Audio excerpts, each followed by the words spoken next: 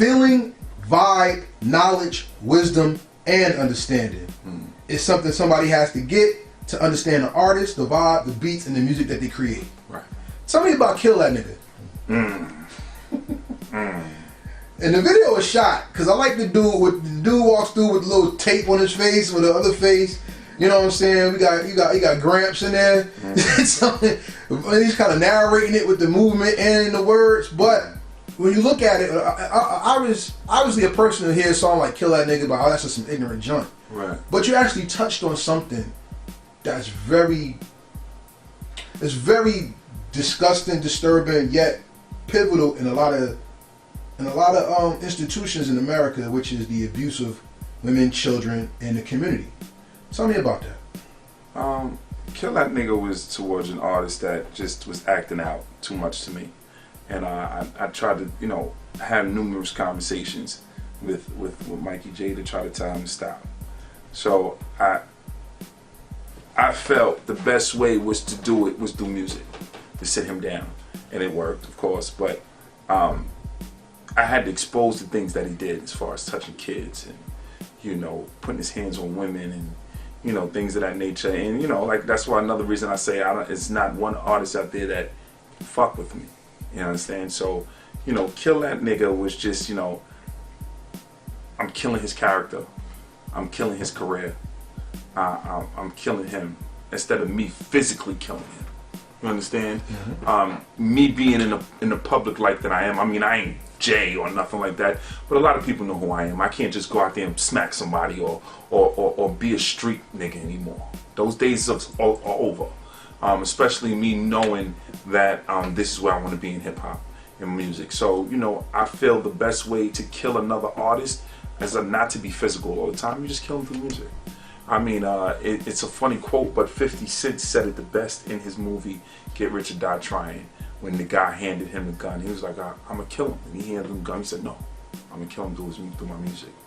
So, to embarrass somebody through music and exploit who they are, it's way better sometimes than physically doing anything to them. You know what I mean? And I'm learning that more. Instead of reacting with this, I can, it's like a reporter. Mm-hmm. Sometimes it's better to just report what's going on than to do something about it. Because once you put it out there, now the people see it. Mm-hmm. And let the people be the judges at the end of the day. The latest single that I seen for you was Love Me No More? They Don't Love Me No More. They Don't Love Me No More. I love that song. Thank you. Now the reason why I love that song is because it gives 3 different perspectives of love that I think people sleep on. I'm so happy you said that too. I really am, man. Thank you so much. Because that's what I was aiming for, man. The first verse is about your girl or the girl cheating on the man who loves her. Mm-hmm. The second verse is about the man cheating on the woman who gives him. Mm-hmm. And the third verse is about talking to the child that's hurt through the scope of the relationship that did not work out. Mm-hmm. Thank you for making that song, first of all, because that's reality and depth from an artist. Mm. And emotional depth is what makes an artist great, period, right, instead of just being a person who speaks on a beat. Mm-hmm. Talk to me about that song and what you wanted to capture in the essence of the listener's ears, not just your creative pen. Me as an artist, I really don't give people a part of my life. I'm very protective of me because I feel like once you let people in, it's over. And that song was a change of me as me growing as an artist. And this is where now I'm going to start letting people into my life now. And that was the first cup of tea. Every verse is something I went through. Had a girl, and my brother, that I consider him as a brother, did me dirty. I hurt somebody that I loved very much. And my son is my everything, but it's hard when you're dealing with the baby mama. Or it could be the baby papa. I just wanted to give people a piece of me, a little more than I usually do. So, you know, I just felt it was right. I felt it was time as growth of me being a different artist. So I love that song, and the reason why, like I said, depth. When you think of the great MCs, it's emotional depth that makes you really cling on to them. Like when I look at Cool G Rap, Streets of New York, man, that's depth right there. When I look at Scarface, never heard a man cry till I seen a man die. Or we only get a minute to pray and a second to die. Even when you think about Exhibit. Oh, Exhibit is a monster. When he did The Foundation. About He's his so son. Underrated, man. He's underrated because of the hate. Yeah, but it's the hate. Nice, bro. Yeah. He's nice. And if we want to talk about underrated, to me, I think Sticky Fingers is one of the most underrated MCs. Because the autobiography of Kirk Jones is a classic. Yeah, definitely. But, once again, it showed emotional depth. So you can understand the lyric and the situation rather than just saying somebody's nice on the mic. The track is dope, but when you could really turn the song off and be like, yo, I felt that. You know who have you listened to Razcast? Of course, that's one of my favorite MCs of all time. I want to interview him badly. Jesus. Nature of the Threat. His mixtape Christ's Mess for Christmas that came out. Yes. How to Kill God with Paulo Brown. He's a beast. He's the truth, man. Those are a lot of those artists are just underrated, man. But their music is so amazing, bro. It's just like, and that's what I listen to. You understand? That's all I listen to. I don't listen to none of this other stuff. I listen to the Cool G Raps, the Razcasts. You know, I still listen to KRS-One to go back and hear something that I missed. Because I didn't catch everything. And now that I'm older, I have a better understanding of what the hell he was saying. I'd be like, wow. That's like going to watch a movie you haven't seen in a while. You go watch it, you be like, damn. Like The Matrix. You know, when it first came out, I was a shorty. I'm like, this nigga just dodging bullets. It's way deeper than that. And people don't understand. So, you know, all that music, I go back and I go check it out, man. And a lot of them artists, you know what I'm saying, are way underrated, but they're the truth. I'm glad you said that because I'm gonna change your interview now because, like I said, I like to make questions, but I like to vibe with the artist because that shows you really listen and understand them. Right. Did you know The Matrix was a story that was stolen and it was based on the Bible? A black woman wrote that movie. I heard that. And when you have spiritual understanding, the things that are presented to you have more meaning than when you're just vibing through it or being ignorant to things. Yeah, she sued them. Yeah, she won. Yeah, she won. Yeah. As an artist that's a rapper, let me ask you this.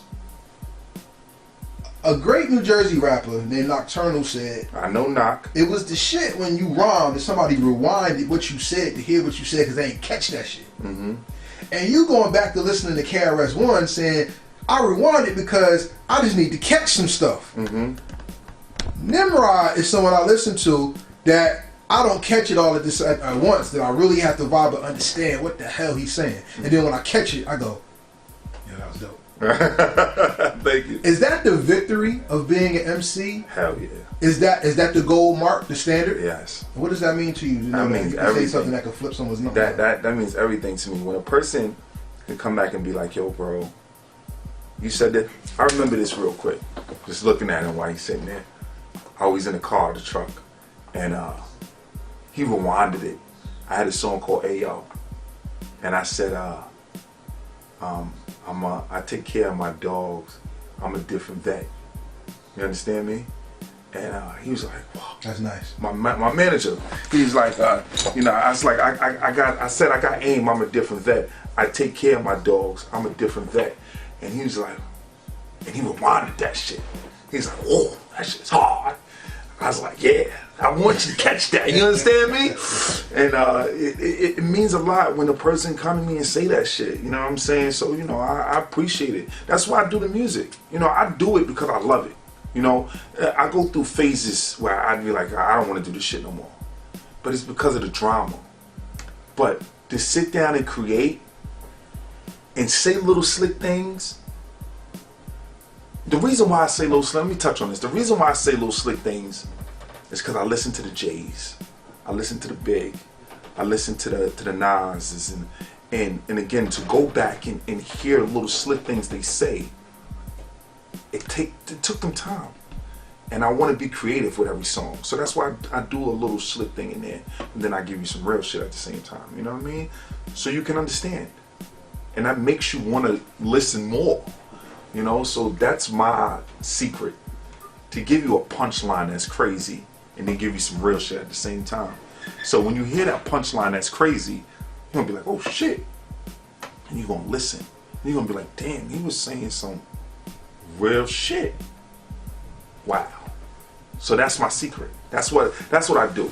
Every verse, there's a slick line. And you got to catch it. It's like a puzzle. You got to catch it. And then when you catch it, you be like, wow, I want to hear more. And that's what people do. They want to hear more. And it make them listen. It stick them in. You got to keep them in there. You know what I'm saying? And they want the next song or the next verse. So yeah, that's what I do. I'm slick. I try to be slick. You know what I'm saying? I got my little shits. You know who told me how to do that though? Tell me. Max. Okay. If you listen to Max, he do the same shit. And shout out to Max again. He does the same damn thing. And I never understood it until I listened to his last mixtape. And he did it with Jim. I was there for a lot of songs he wrote for Jim. Jim's first album, all Max. But The Wave King, he did it so much through there. You gotta listen to it. You gotta listen, understand it. But it's a talent that you gotta possess.